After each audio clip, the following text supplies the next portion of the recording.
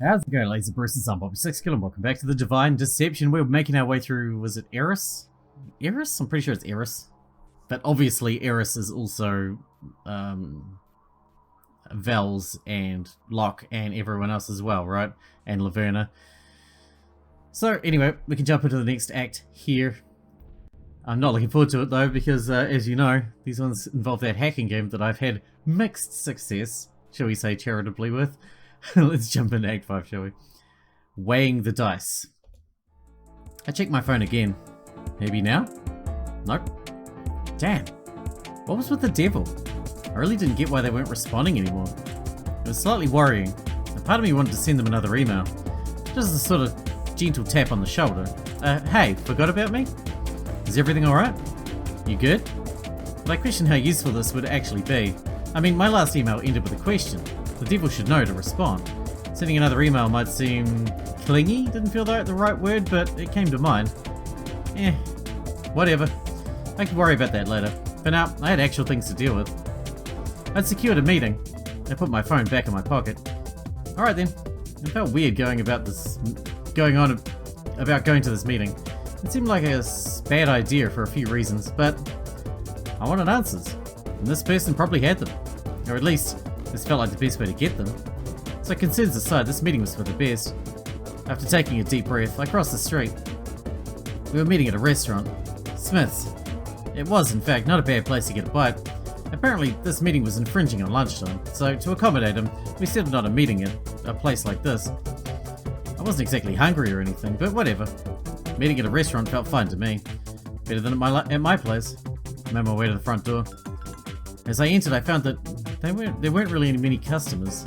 Huh. I guess this place was underrated. Glad to see it's still open though.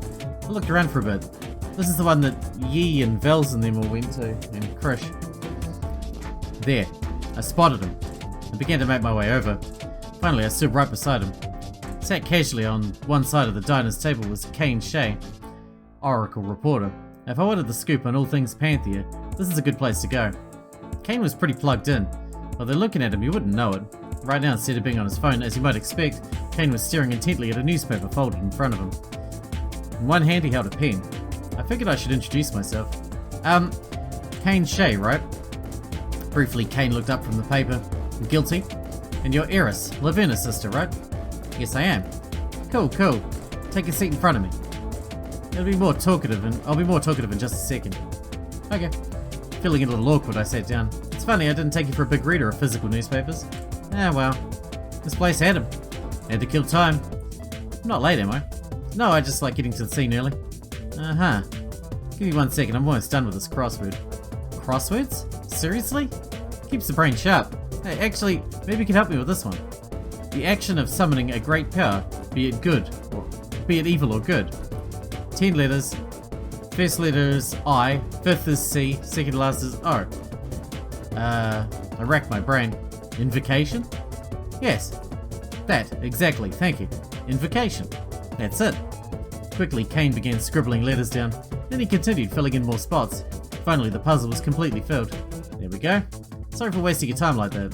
I'm a bit of a perfectionist, see? I like leaving a puzzle unfinished is all. I understand that perfectly. For my part, I was ready to just jump into business. However, it seemed as though we'd been seated at a table for too long. A waiter, noticing us, walked over. Oh, howdy, folks. What can I do for you two today? Do you think you're ready to order? I don't know, Eris. Do you know what you want? I shook my head reluctantly. I'm okay. I don't think I want to order anything. Really? You came all the way and you're not going to have anything? I'm good. Come on, just have something. Meal's on me. Pushing the matter any further wasn't worth it. Fine. Okay, I'll just have a glass of milk, please. The waiter nodded. Glass of milk, perfect. And you, darling? Me? I think I'll have a plain cheeseburger, medium rare. Side of fries, and just a glass of water to drink.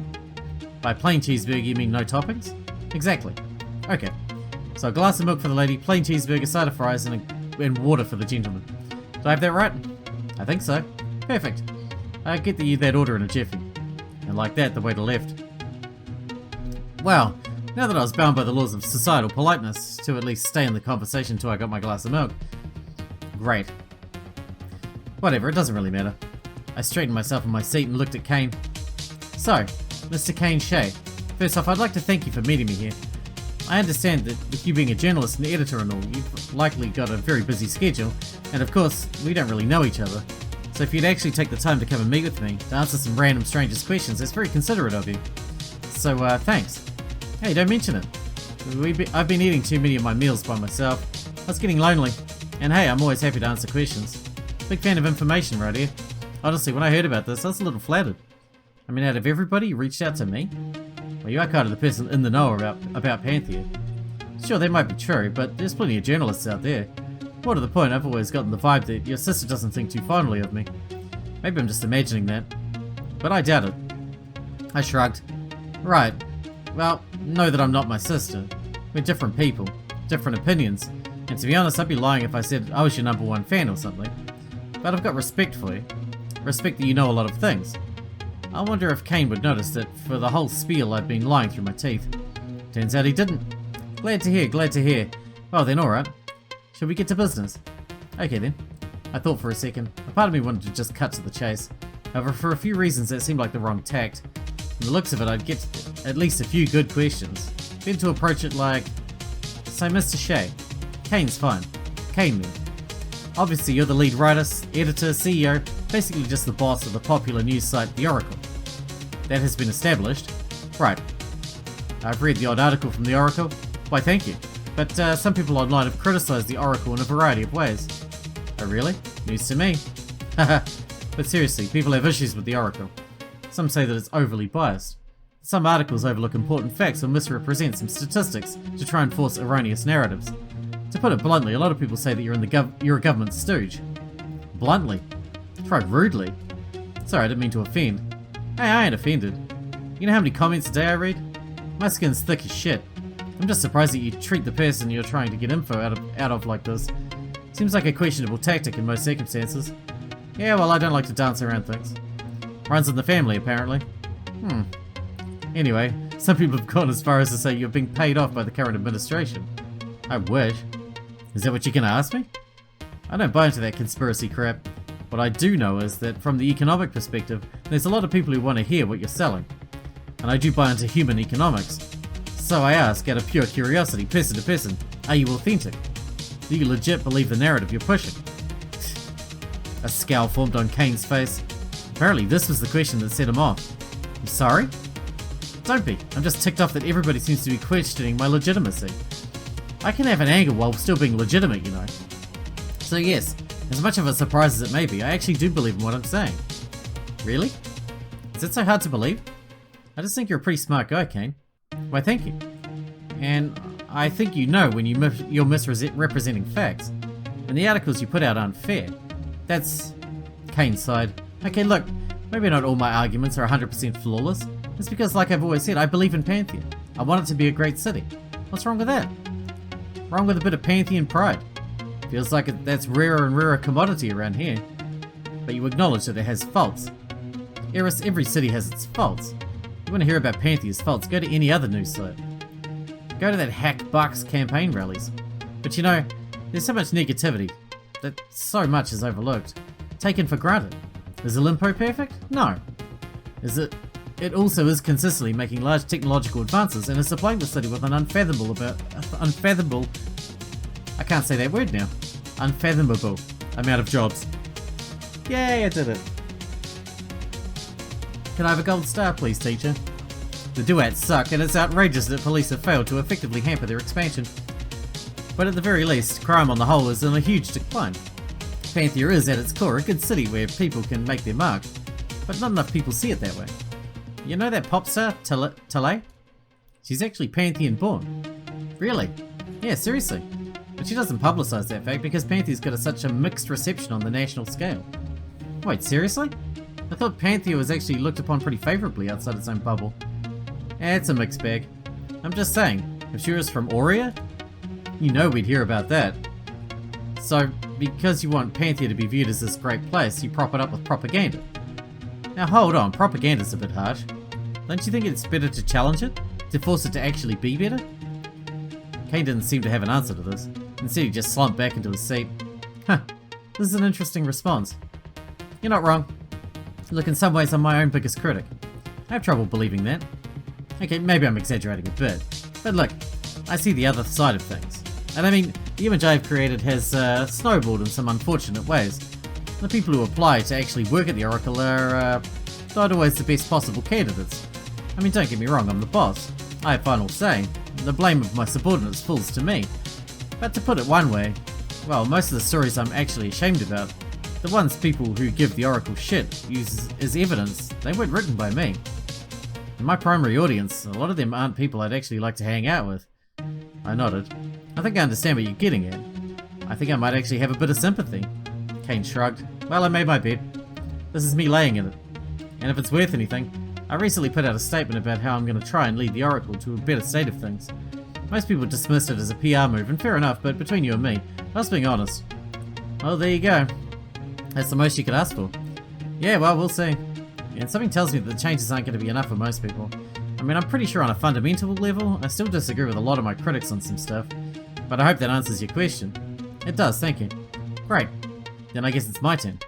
Huh? Your turn? Yeah, my turn. What, you got a problem with that? Or a general lack of understanding towards what exactly you mean by that? It's simple. You think you're the only one looking for information? No? I mean, you're taking up my time. It's only fair I get something out of this as well. So then I say we go tit for tat on the questions. You ask me something, I ask you something. We both learn, we both leave happy. Sound good to you? Being honest, I hadn't expected this response. But if it'd keep Kane content, I don't think I can really know that much that would actually be interesting to someone like you, but I don't see a problem with it. So, sure, I guess. Great. So for my question, what's the deal with your sister? Huh? What's the deal? Yeah, she and I have crossed paths a couple of times now. I got curious, decided to look into her. Stumbled onto her site. There are a ton of reviews on it too. Overwhelmingly positive. For such a star investigator, I was surprised I hadn't heard of her earlier. Must not be as knowledgeable as you thought you were. Must be. Anyways, I wanted to get to know her a bit better.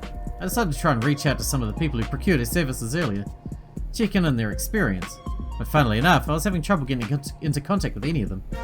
In fact, I was having trouble confirming that those cases ever actually happened in the first place. Damn. Okay, first off, you were researching my sister. What's up with that? Kinda creepy if you ask me. Creepy? You heard me. Jeez.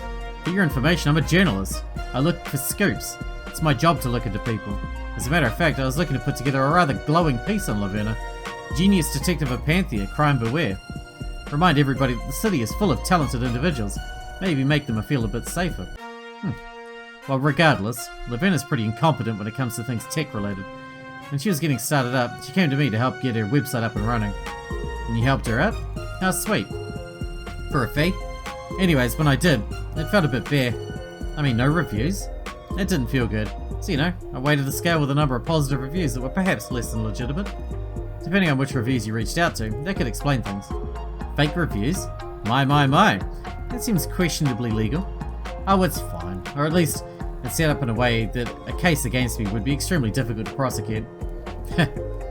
How naughty. Please don't say that word in the future. Fine? Okay then. So, by the rules, it's my turn. Okay, don't put it like that. Why? It makes it seem like I'm being arcane or unreasonable. They're not rules. It's a rule. And it's not a rule, it's a suggestion. We trade questions. And that's not an unreasonable suggestion. You're getting awfully defensive there. I don't have a problem with the suggestion.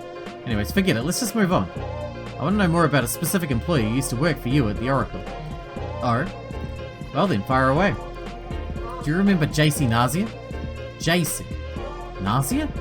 Ah yes, right. JC. Sweet girl. Ew. What? Okay, no, I wasn't saying it like that. Really?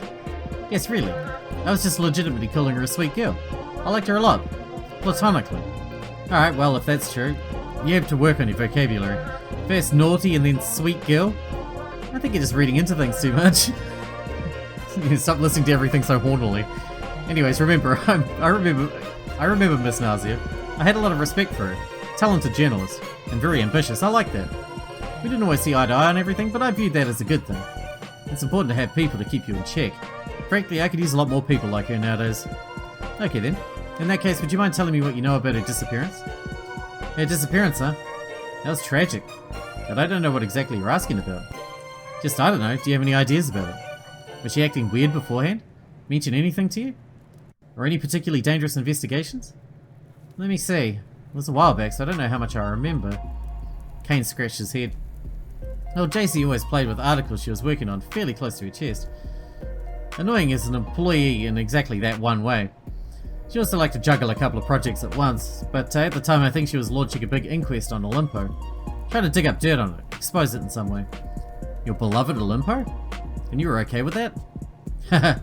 I let her investigate because I was confident she wouldn't find anything worthwhile. And if she did, well then, like it or not, we have a moral obligation to run it. Anyways, beyond that, sorry, I got nothing for you. Alright then. Aw man, I hope she's alright wherever she is. Wherever she is? You think she's alive? Me? I'd like to think so. I mean, the idea to come up with some conspiracy about how she was disappeared was tempting and all. I might fall into that trap, but I doubt it. And why is that? Back then, a little bit after she disappeared, I want to say about 9 days after, I had to check her work email. Maintenance thing, standard procedure. Anyway, when I was on her account, I noticed that she'd gotten an email as recently as a day ago, and it was red. Really? Huh. This is news to me. And is it possible that somebody else opened that mail? On another of JC's devices, maybe? It was company policy to only ever open your work email at the office, so I wouldn't think so. Maybe she was hacked, come on. I mean, it's all speculative. For all we know, someone decided to hack into her email account somehow, or maybe she logged in elsewhere, and then was killed shortly after that. But if you ask me, I always figured that something just forced her to go out on the run, and she moved to another city or something. I nodded, taking in everything. That's just my belief though. Sorry to say, I haven't honestly given it much thought. That's fair enough. Honestly, you've already given me more than enough. Nice. Alright then, your turn. Hooray! I didn't really think out my questions in advance. Now I don't really know what to ask you. You can just pass your turn. Nah, that seems like a waste. Alright, I've got it. What's your angle, lady? Excuse me? I think I was pretty clear. You called me out here, asked about my general beliefs. Alright, fair enough. Sensible question. But asking me about JC Nausea? That's not haphazard. That's pointed. That's the mark of somebody here with an agenda. Agenda? Isn't that a bit dramatic? Life's dramatic. And also, everyone always has an agenda. Doesn't always have to be nefarious, doesn't have to be thought out, but people always have them. And I like to know them. Gives me a better idea on how to approach conversations. I tapped my fingers on the table, eyes closed. For a moment I considered how to answer. Then I just shrugged. I don't know. Come on. I'm serious. I don't know why I've taken such an interest in any of this. Boredom, I guess. Didn't have much else to do. I spent a lot of time on the internet. Don't say anything. Anyways, I stumbled across some things. They felt weird to me. I decided to look into them more. And I poked into them more. And more. And well, now I'm here. Guess if I had to put it in one word, it'd be curiosity. Though I guess that's probably not a very satisfying answer to you. Kane shook his head. No. I get it. You're like your sister. What? Yeah, this is what this is. You both like solving mysteries. You like feeling like you're arriving at some sort of truth. She's just embraced that interest a lot more fully than you. Believe me, I'm nothing like my sister. The fact that you can say that with a straight face when you literally look like the same person is fascinating to me. Okay, physically we're alike, whatever. But that's as far as the similarities go. You talk like a normal person. I appreciate that. Although I think I find Laverna just a bit more fun. Oh, well, I'm sorry I can't be as fun as her. Hey, ease up. Relax. I'm just pulling your chain a bit. Whatever. I answered your question, right? I'd say that counts, yeah. Good. In that case, it's my turn again. Okay, so... I'd beaten around the bush long enough. I should prioritize important questions now. Who knows how many more I'd get. What I need to do right now is follow up on the information I'd gotten from that phone. There's a lot of ways to do that. But there was one part of Polly and Art's conversation that stood out like a sore thumb. And that was... Who did JC trust? What? It's a simple question. I know she was just your employee, but as you've demonstrated, you knew her decently well. I'm just wondering, in your opinion, who do you think she trusted quite a lot? Huh. That's an odd question. I have to say, how could that possibly matter? If everything in that phone was to be believed, an assumption in itself or on several levels, then somebody had left JC in the hands of the duets. Art had said that it must have been someone she trusted a fair bit, and Polly said it wasn't him. Polly was far from out of the woods in my eyes, but on this specific point I was more inclined to believe him than not. So then if I were to assemble all the possibilities, knowing who JC could have conceivably trusted was an important piece. Does it matter? Just answer the question. Jeez. I was gonna answer anyways. No need to be cold about it. I'm sorry. No, you're not, but whatever. Let's see. Once more, Kane slumped back in his chair, thoughtful expression crossing his face. Geez, you're really asking me to stretch my memory. Well, I can say this. As I said, I liked JC quite a bit. She was very amicable, friendly on the outside. She knew how to get you talking about yourself. And as any social psychologist worth their salt will tell you, that's how you get people to like you. But underneath that, it always seemed to me that JC was actually a very untrusting person. Always skeptical, suspicious of everyone else's intentions. It's not a bad quality, especially for a journalist, but it's making remembering any people she actually trusted kinda hard. I see. Well, I can tell you who she wouldn't trust pretty easily. For one, she wouldn't trust any of her suspects for an instant. Subjects. Though for an investigative journalist, I suppose that's not much of a difference. Even if it didn't look like someone had an angle, if they were directly involved in a story of hers, she thought they had an angle. Similarly, she never really trusted any of her sources. Even if they were giving her good information, she took it with a grain of salt. She'd consider why they were giving that information in the first place. She might act close with them, but to her, the difference between a source and a suspect was nominal. And you know, she didn't even trust any of her colleagues. That includes you? Shame to say, yes. Again, very friendly. But from the sounds of things, you're asking about who she'd truly trust? Then yeah, nobody at the Oracle. Nobody at any news publication, I'd wager. My point is, if she was really going to trust anybody, I guess it was someone completely unrelated to her work. Or at least, somebody she thought was unrelated to her work. Gotcha. Okay, thank you for that. That answers my question well enough. Ah, good to hear. Being honest, I was worried I hadn't given enough then. I was really just scraping the bits of memory I retained. So then my turn to ask a question? Yep. Ask away. Whatever you want to know, It took me a second to realize that the ringing was coming from my pocket. Ah, fucking perfect. Just perfect. Absolutely perfect timing. It just had to happen while I was in the middle of an important conversation. Cool. Cool, so cool. I sighed. Sorry, Kane. Can I take this? Yeah, of course. Go right ahead. Thank you. I began to stand up and move away from the table. It seemed to surprise Kane, though. Oh. What? Nothing, I just didn't know you were getting up. Yeah, sorry. No offense, but I think this is going to be a call about a private matter. If you don't mind, I just want to take this in the bathroom. To be honest, I had no idea what this call would be about. I didn't even have a clue about who was calling. You should just ignore it then and finish your conversation with Kane. But even still, I could guess I didn't want Kane eavesdropping on it. Sure. Say, could I use my question you have to have you let me listen in on that conversation of yours?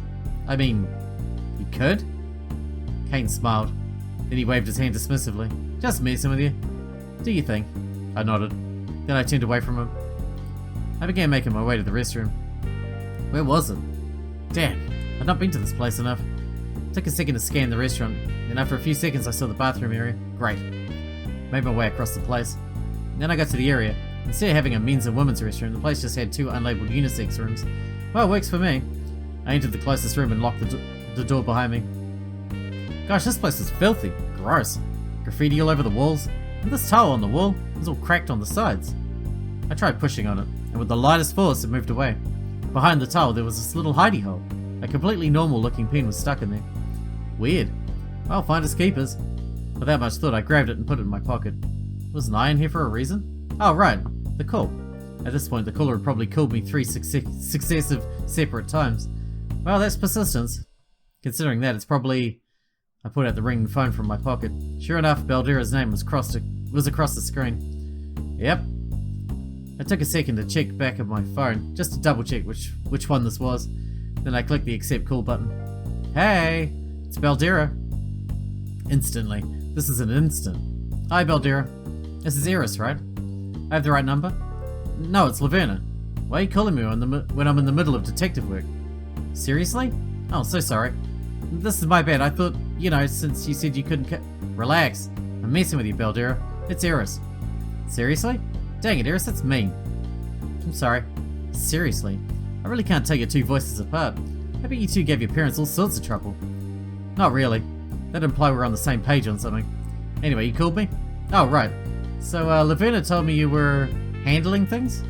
You mean cracking the phone that you found at the Dysmer's place? Phrasing it that way did make it sound 10 times more sketchy than it actually is. Sorry. But yeah, exactly that. I was just curious how it was coming along. Coming along? I got into that a while ago. Seriously? Yep. That's what I'm talking about. So wait, what was on there? Nothing all that interesting. Seriously? I mean, there's some fun stuff here and there. That's a real look into the mind of Polly. But from a criminal perspective? No, I didn't see anything all that compelling. Well, shoot. It's kind of a bummer. You know, I really thought we'd find something good in there. Guess it really is a crapshoot. Pretty much. But hey, that's just my amateurized opinion. I'll be giving it back to Laverna soon enough. She'll probably debrief you at a more official capacity. Alrighty then. Sounds good, Eris. Just checking in. Thanks for the help. Not a problem. And hey, Panthea, good on you for taking a risk like this. I mean, going behind the man's back like this? Playing by your own rules? I think that's pretty badass. Really? Well, thank you, Eris. That means quite a bit. You're welcome. I'm gonna get back to my meal. You just do that. And hey, give me a call whenever you feel like chatting. Click. Ugh, waste of time. Oh well, at least it wasn't bad news. I was half expecting bad news. Anyways, I should get back to Kane. I still wanted to finish the conversation we had. I left the restroom and made my way back to where we were previously seated. There I could see that while I was gone, our meal had come. Well, my milk had come. Kane's meal had come. And he was taking no time waiting to enjoy it. Alright, he was shoveling fries into his mouth at a kind of disgusting rate. And who starts with the fries before the burger? You gotta start with the fries first, because they go cold faster. He knows. I took my seat again. Seriously? What? We're having a conversation. Yeah, and I'm having a meal. Hey, you're the one who wanted to talk to me during lunchtime. For this to work, I'm gonna have to eat. Fine. Just chew before speaking. What are you, my mum? Instead of responding, I took a healthy sip of milk. Ah, refreshing. Though there was a slight tang to the taste. How was your call? It was fine. Everything alright? Of course. Why, what makes you think otherwise? Oh, nothing. Just, you didn't feel comfortable taking it in front of me. Thought it might be about sensitive matters. It was. But it wasn't bad news. Good news then? Neutral news. Ah, I see. Well, that's good. Yeah, neutral, should I say. So, can we get back to my question now, please? Let's. Awesome. I had some time to think while you were gone. I think I have a good one. Kane reached into his pocket. Then he threw out a hand on the table. Out rolled 3 die. What's this? Die. Perfect cubical die. You know the numbers on every set of opposite dies add up to 7? Yes, I knew that. Could I ask why that's relevant? You don't get a question yet. Kane. Hey, look, what can I say? I'm out of questions I actually want to know the answers to. Or at least questions I think you would reasonably know. Blame yourself for being uninteresting. Gee, thanks. So instead my question is going to be more like a puzzle. You get it, right? We continue. Wrong. And the back and forth ends here. Seriously? What motivates something like this? It's fun. Besides, if I'm going to be wasting my time, I feel a lot better about wasting my time with smart people. So come on, you in or out? In, I guess. I still had at least one more question I needed answered before I felt comfortable leaving. Until then, I'd have to indulge Kane's nonsense. Awesome. Let's get started then. Kane reached out and grabbed the die. He began stacking them and shielding the stack with his hands. Then he gripped onto the stack with one fist. So inside my fist I've stacked 3 die in a tower. Tell me, how many die's faces cannot be seen, no matter where you look? None, so long as you hold it like that. I mean normally. Fine. 5. The top die's bottom face, and the 2 faces between the top and the middle die, and the 2 faces between the middle and the top die, and the bottom die's bottom face. Excellent. Have I answered your question now? Of course not, that was just a warm-up. But I want you to tell me right now, what's the cumulative total of those 5 hidden die's faces in this tower? How many are hidden? 1, 2, 3, 4, 5, 6.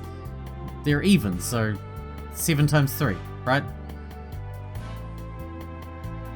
Yeah? 21? Oh, don't worry, you get more information. Look at this. Kane gripped his fist around the die together and packed the tower up on his fist. Oh, that doesn't necessarily mean 21, does it? 2 of them do. 2 of them are 7s, but the top and bottom one don't necessarily need to add up. Then he turned his hand toward me, showing the top die's top face was a 1. After showing me that, he put the tower down, continuing to hide it. There you go. That's it? What, can't solve it? So it's 7 plus 7 plus 1 plus unknown. No, you're right. The question's too mean as is. Here's another hint. No touching faces are the same digit. That's still too hard, isn't it? Alright, here's another hint. The sum total of the top 2 touching faces is larger than the sum total of the bottom 2 touching faces. Oh, one more hint. The digits in the topmost and bottommost faces in the tower don't show up in any of the touching faces. There you go. Now solve it. Okay. How annoying. Well, I guess I should try to solve it. So the added value would be... this fucking riddle of canes. What a pain in the ass. Well, there has to be something to all of this. I think the hint no touching faces share the same digit is critical to solving the puzzle. I mean, they're all going to be critical. Not one of the last 3 hints is critical to solving the puzzle.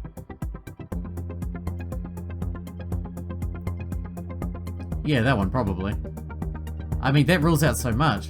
There are 2 instances of touching faces, so we know something about both of those cases. And since 2 of those faces are opposite from each other, that gives us more information. How come the hacker lady has the Sudoku flavored one and the logic train flavored one? We get lots of different minigames on this lady. Just start and put together possibilities. Before you know it, this whole thing will be solved. Probably. Weird, I'm not solving the whole thing instantly. Shit. I must have made some mistake. Let me think of something else. Oh, okay. I mean, why would Kane give the puzzle without those hints? An impossible puzzle is no fun. And it looked like if it was like he was content to ask it without those hints. Thus, I must not need those hints to solve the puzzle. Let's try and focus on the stuff surrounding those hints and see where we go from there. Let's go as simple as possible. What do we know? Or rather, what do I know that's useful? Well, I know that Kane chose how to arrange the tower. Maybe he did something cute with it, like there's a pattern or a message with the inner faces. I mean, sure, he didn't give any indication of this, but it's possible, right? Damn it, I'm not getting away with this one, huh? What? There was only 2 options. Oh, okay. The opposite sides of the die add up to 7, yeah, that's the obvious one. Considering how many of the faces Kane was asking about were opposites, that seems particularly relevant. What else? What else helps? I also know I can't see any of the relevant faces. I saw the top face as 1. So then, surely it's not so simple. What's the added value of the 5 hidden faces? It can't actually be 21, can it? Got it. Boy, Kane was more annoying than I gave him credit for. 20. Hey, what do you know? You're no slower than your detective sister. Could you stop with the comparisons to my sister? It's seriously starting to irritate me. And for that matter, what's with giving me all those hints after the fact? None of them were remotely necessary or helpful for coming up with the answer. You could have just shown me the top face and be done with it. I mean, I could have. But what's the fun in that? I like to implement a little thing called noise. Noise? Yeah, noise. It's a game theory term. Basically, it means throwing in wholly unnecessary or seemingly random information. In chess, it's the equivalent of purposefully throwing out a bad move to get in your opponent's head. Basically, people tend to try and fit everything into a narrative. So completely random information can throw off their whole perspective on things. Huh. Interesting. I hadn't heard about this before. Yeah, well, most people dismiss noise. Usually because they don't think it's to implement it. But I found, especially against smart people, noise is a good way to shake things up. But I guess my point is, if I ever committed a murder, I'd probably just do a bunch of random shit to weird the investigators out. Dark place to bring it, but point taken. Anyway, it turns out the noise wasn't enough to throw me off. So it seems. Well then, I cede the floor to you. Your question? Right, okay. I danced around it long enough, but when I got down to it, there was one thing I was really curious about. One thing I wanted to know. You'd probably definitely think something was weird with this question. But so be it. Yeah, he had to be asked. Kane, what do you know about the man jet? Kane took a moment to process this. Then he gave a slight smile. The man jet, huh? Well now, isn't that just an ancient name? You know it? Kind of, yeah. I'm more curious as to why you know of it. Maybe you can use your question on that. For now, it's my turn. Hey, I hear you. Let's see. To put it very simply, the Manjet is a big ship.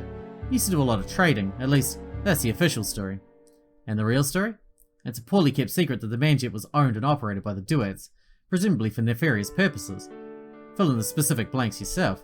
Criminals can use big boats for a lot of purposes. If you put a gun to my head, I'd guess smuggling drugs, but hey, that's just where my head goes. The fact is, it is in truth owned by the Duets. Used to do a lot of seafaring. Used to? Yeah, this is the past I'm talking about. Nowadays, mostly stays on Panthean shores. Don't know why they stopped doing things with it, but they did. So now it's parked at some off-the-path Panthean pier. That was a lot of P's right there. That was alliterated as fuck. Wait, parked? You call a boat parked? Docked? That doesn't seem right. Harbored? Anchored? Ah, fuck it. Doesn't matter. Yeah, you're only a journalist. Who cares about words? Fucking roasted. That was a good one. Watch it. Anyway, yeah, the ship doesn't do much nowadays. Technically, it's private property, though I hear a lot of stupid teens like to try and break in and run around on it. Really? Yeah, I think it's a stupid dare sort of thing. You know, with the haunting rumours and whatnot. Test of courage. Whoa, you just passed by the phrase haunting rumours pretty quickly. Yeah, well, that's about the time haunting rumours deserve. Oh, what, you believe in ghosts, Cirrus? Fancy yourself as awfully spiritual? Of course not. But I'm interested in rumours. They often have a hint of truth. Hard disagree. People just straight up make up shit all the time. But if you're interested, there are rumours about the ship being haunted. People hearing wailing spirits, people who snuck aboard seeing ghosts, shit like that. Probably stems from the reputation of the ship's duad history. Huh. So would you happen to have the address of the pier that the ship stayed at? I mean, not by memory. Probably on my phone though. Why, do you ever plan on going on a ghost hunting trip? Me? God no.